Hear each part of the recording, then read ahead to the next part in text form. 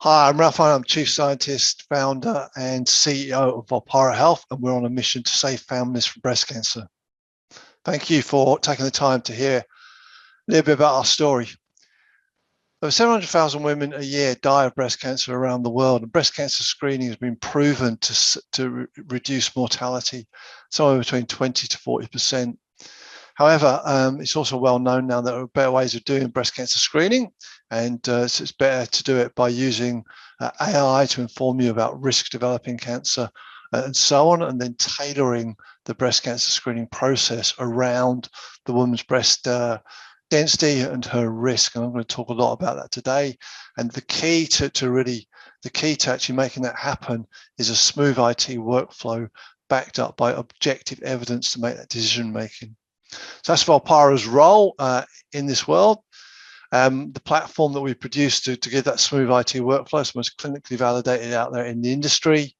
We sell it by SaaS around the world. We are currently screening something like 1 in 3 US women now get covered by our software, and our annual recurring revenue is up over 20 million US dollars, to give you a feel for the company. Again, we'll touch on that a bit more as we go through this talk. We are based in Wellington, New Zealand, about 200 staff, 100 here, about 100 over in the US. We sell direct in the US and via distributors like GE and Fuji, and also then some of the big electronic health record companies. So with that, let's do a little bit of a deeper dive on each of these subjects.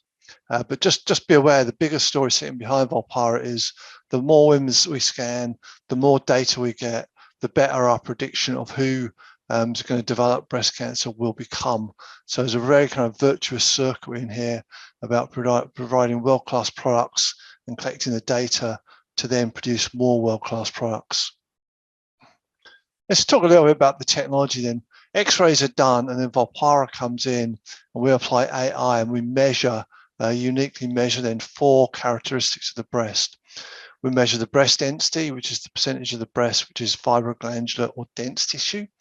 The more of that you've got, the higher risk of developing cancer, but also the higher risk of cancer being missed at screening.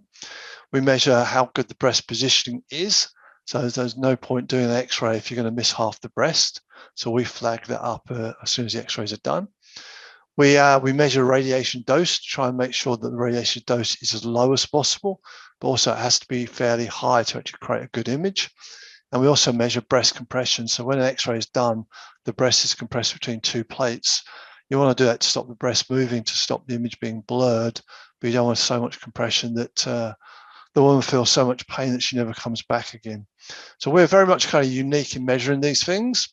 We have 99 patents now sitting behind what we do, and hundreds of peer-reviewed publications. So that technology then feeds into our products, and this is your ideal Volpara clinic then sitting over in the US in particular. Woman will walk in the door, she'll be handing an iPad, which will be a Volpara iPad with a questionnaire on it, asking family history, patient history, and so on, and BMI and age. Well, that information then flows into Volpara. The X-rays are done. Volpara Live pops up and says, these are great X-rays, you can send a woman home. Or, hey, this one over here is not so good, let's retake it while she's here. Good images then flow to the radiologist, whose job it is to diagnose breast cancer. Radiologist does it then with the Volpara scorecard, which includes a fully automated breast density score, a lifetime risk using that risk information and breast density. And that all pops up on the screen next to it. Radiologist makes a decision. All that information then flows smoothly into Patient Hub, Volpara's Patient Hub, which generates patient letters and referring doctors' letters, including all that information. So that top part is clinical decision support. All that information then flows that up into the cloud, where products like Volpara Analytics pop up and say, hey, all your X-ray machines are being used very productively, or hey, one of your technologies is overcompressing the breast, which is why you're getting so many complaints from that site. All the way through here, that process is being personalized. If you're high density, you're going to be referred to ultrasound.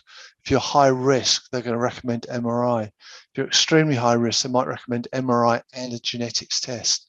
And again, the key there is a smooth IT workflow, along with objective evidence around breast density and risk, which is what Volpara provides. Now, along the way then, Volpara has acquired two companies, one based in Seattle, MRS. We brought in June 2019, and more recently we brought one over in Boston, a spin out of Harvard Medical School. The gist of both these acquisitions was Volpara was getting all the images to the cloud, in fact over 50 million of them, but we didn't have the patient data, which is why we brought MRS over in Seattle. And then we want the genetics data, which is why we brought the company over in Boston. That data set, 50 million images in the cloud, along with the patient data, who went on to develop cancer and who didn't, plus that genetic information, is one of the world's biggest data sets, and really puts Volpara in a very unique position to produce AI that actually works robustly anywhere in the world on any kind of X-ray machine. It's our aim to use that data to move the game from screening and early detection all the way through to prevention. And that's what we call this predict, monitor, detect, and empower. And that's how we're moving, and that's why we're doing these acquisitions, and that's why we're collecting the data, and that's how we're going to have most impact on women around the world. Let's talk about commercials then. We cover 1 in 3 women in the US. We sell, as we said, direct, and we're good partners. Interesting dynamic in the US is 38 states have laws at the moment asking or demanding that women get told their breast density. The FDA is looking to standardize that. That law was due out last year. It was delayed because of COVID and other factors. We know the FDA now working diligently on that. So we hope to have more news around that soon. However, we are very much a global company. We operate right around the world. We have a very big presence now in Australia and New Zealand, especially in the private clinics, and increasingly in the public ones, with Queensland and South Australia now both actively using our software, and we're involved in all the big breast cancer trials right around the world.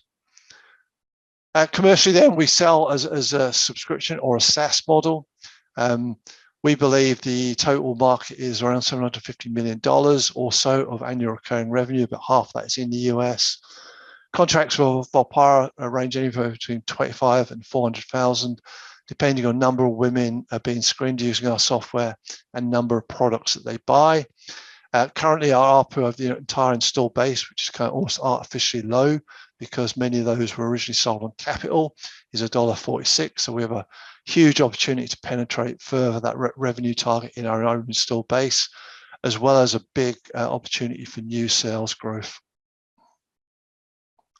So look, FY22 for us, this was from April, very much about accelerating out of COVID.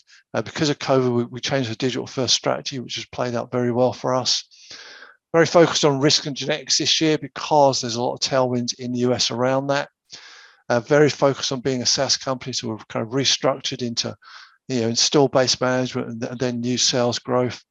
And I'm very happy to say kind of based around the deals, we've just seen our biggest Q2 ever, adding over 1.2 million US of new annual recurring revenue. And we're forecasting, we're giving the guidance, of over 25% growth this year in terms of accounting revenue. Our half-year results will be out next week, around November 22nd, 23rd. So we look forward to telling you about them in due course, and we look forward also to our big trade show, which comes straight after that in early December in Chicago, where we'll be doing some new exciting announcements as well around products. So with that, I'd like to open up the floor to questions, please. Thank you.